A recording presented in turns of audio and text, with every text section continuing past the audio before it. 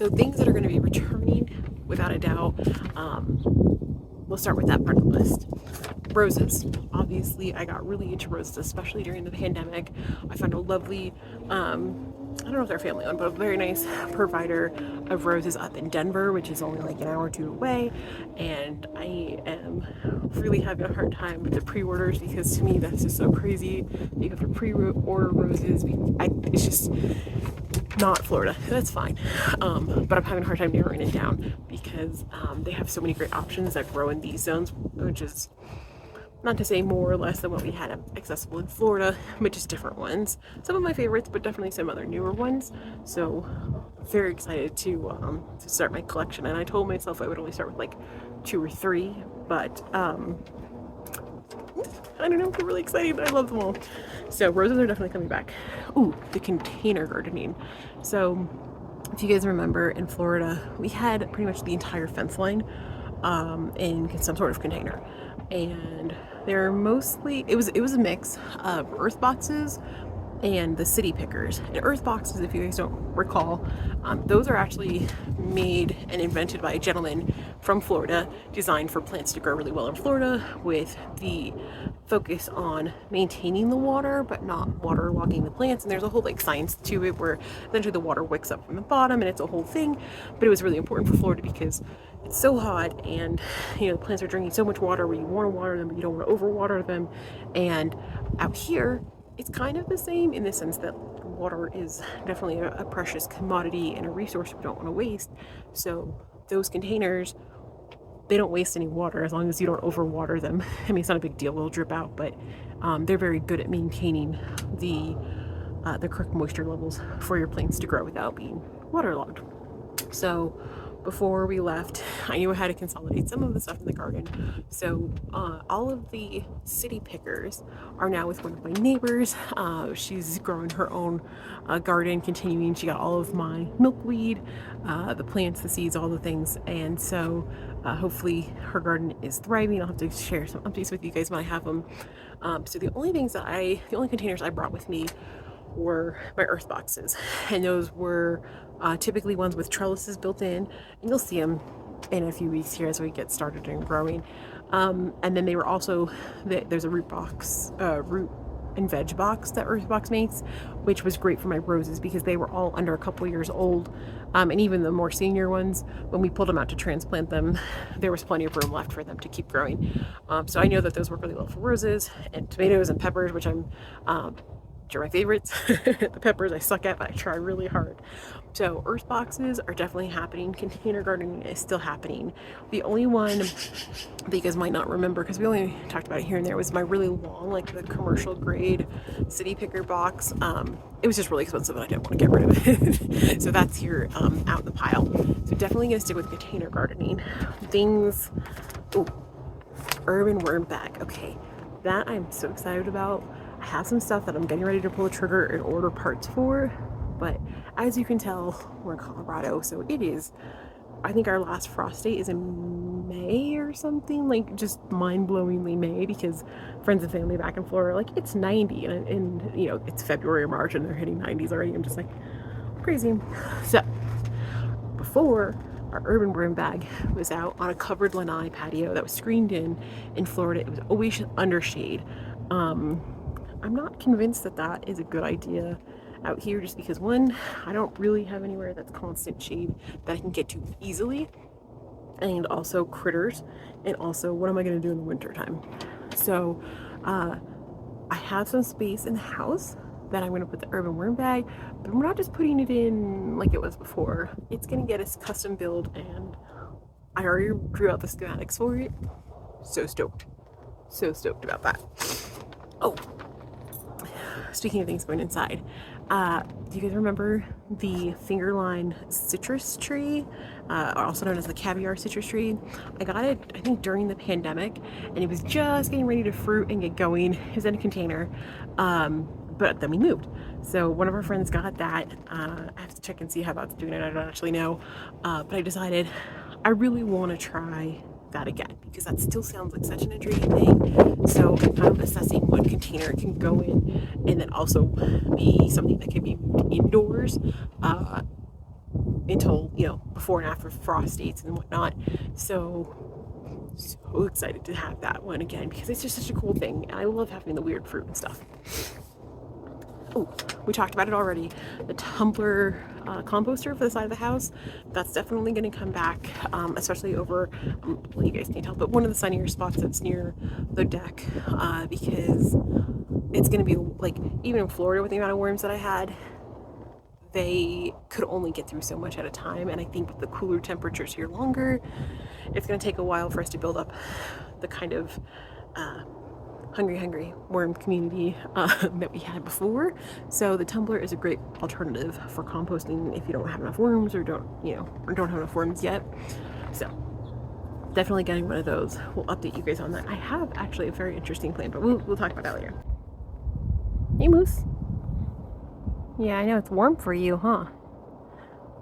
You guys, if you aren't following Moose and Wally on Instagram, it's in the description, but at our Fluffy Wally, you guys would love to see them frolicking in the snow. It was their first time getting snow, first time for us getting snow, and I think we all just collectively had a blast. So if you need some cuteness in your feed, come follow them.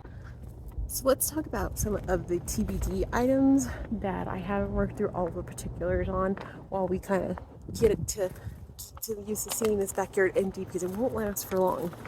So things that I'm not sure are coming back are the green stalk towers. Not that they're not coming back at all, I just don't know where to put them. Partially because the irrigation out here is not, I don't have as many options as I did in our Florida house, mostly because there's literally one spout that we can find that works. And that would mean if I had plants out front or I had plants in the back, I have to run irrigation from it. Not to mention I have to run irrigation. I have to run larger irrigation than I had before because in Florida we had a splitter because we had everything going in different directions, which is true here. But if I split that level so early on at the spout like we did in Florida, it won't get enough momentum to make it up the incline. So we're definitely going to have to be reworking irrigation just in general. But then that being said, those green stalk towers are a little trickier in my experience to maintain the water levels on, and even with the built-in watering system that I DIY'd, I think it's still going to be a struggle out here. So we'll see. Okay, speaking of things that are tricky, the Hot Frog composter. If you guys remember, that's kind of how we got started. I had a 2-tier and 4-tier Hot Frog composter. I did bring it with me. It's in the garage. As it turns out, though, I think the house that we have now doesn't have as much. There's more square footage, but it's more compacted, if that makes sense. So I'm having a hard time figuring out where those are going to live. So those are probably I might just hold on to them for a little while, and then once our urban worm bag is up and thriving, I might just start using the Hot Frog like we did right before we moved for breeder bins, just to help get the population going a little bit more. Because I don't think out here is going to make sense to start multiple bins at the same time. You guys see Wally? You okay, buddy? You tell him, Wally. Come on. Here's the little kids, and he loves them. He loves all of the neighborhood little kids, and most of them love them too. They're just a little big for some of the little ones. All right, so security is approved. We okay, Wally? Okay, I'm gonna tell everybody else about the new stuff. All right, so we talked about a lot of things that we already had in Florida that are coming out here and carrying on in our Colorado home. But there's some new things that I definitely got me thinking as we reflected on the garden, pulling it up. You know, like I said, we give a lot of stuff away. We rehomed almost, I'll say all the plants, but pretty much any plant that could be rehomed got rehomed. Seeds were distributed, containers were given out. So I was kind of thinking, okay, as we kind of don't have a completely fresh start, but pretty much do, what is going to be something that we wanted to try and we hadn't, just kind of thinking about that stuff. And something we've kind of touched on already was the finger lime, the caviar lime tree. We had it for a couple of years. It hadn't gotten to fruit yet, although I think it was very close. I like that because, assuming nothing goes crazy, we plan on continuing to rent for a couple more years at least at this place, because honestly, the markets are crazy. We can't afford to buy anything. So if we know we're going to be here for a couple of years, what's something that's going to potentially last beyond a season or two? Because I realized that the tomatoes that we used to have for months and months at a time in Florida aren't going to be here. So it's something that kind of has that longevity that we can enjoy the process over time, besides excellent security. So something that came up was fruit trees or citrus trees, some sort of probably dwarf tree that's going to stay under 10 feet that we're going to be able to, nurture season over season, and then hopefully get fruit and whatever food from in the years to come. And so that's kind of been on our radar as we've been looking at the backyard. We're definitely thinking about the berries. Like we've never had an apple tree or a plum tree or any of that stuff. So that would be kind of cool to have. So I don't know what we're getting that's new, but fruit trees are definitely going to be on the horizon, keeping in mind that we'll probably have to overwinter them again in some sort of greenhouse or potentially bring them inside, where I do not know. So something else that I have been considering that I know a couple of you are especially good at, I hope you can send me some tips and inspiration, is some sort of hydroponic option. Before we left, we started very early dabbling with like a cracky hydroponic system, but I think we're kind of at the point where like I can DIY something for cheaper probably, but I don't know really what I'm DIYing to make improvements that work for my system. So I've definitely been considering a more turnkey option. The two towers that I'm considering are the lettuce grow towers and the tower garden. And I don't know if you guys can tell, I got my Figment shirt on. It's definitely the flower and gardens are down at Epcot. And for those of you who don't know, there used to be I don't know if they're Imagineers, but we'll call him an Imagineer for lack. I don't know what his title was. He used to work at this gentleman worked at the pavilion for Living with the Land. My favorite ride at Disney. I'm sure you're shocked. Years ago, he developed a hydroponic tower that you can still see every time year round when you go on the ride. And it's a hydroponic tower, and it gets very, very tall. A lot of people, from what I can tell on YouTube, use it for commercial farming purposes. And it really, like this winter, even though I know we have seasons now, it was a weird feeling to not be able to like, I'm going out to the yard, I'm gonna go get some collards, I'm gonna go pick some kale, or something like that. It was just very strange. So I definitely want something that can provide us more, if nothing else, leafy greens and herbs throughout the year indoors. So if you guys have any experience with those or some other type of hydroponic system that you love that's a little bit more turnkey, let me know. You guys can see. Hold on. Just found a stick. He's trying to hide it from Wally. Yep. He hides it against the fence so Wally won't take it. Not that Wally ever does. He's a very good boy. But that's what the wrestling is around in the background. So really, we covered a lot of things that we want to do, we hope to do, we're going to continue doing. But besides that, there's just the sheer learning curve of seasons. Because Florida has one season and it is just hot, and slightly less hot, I suppose.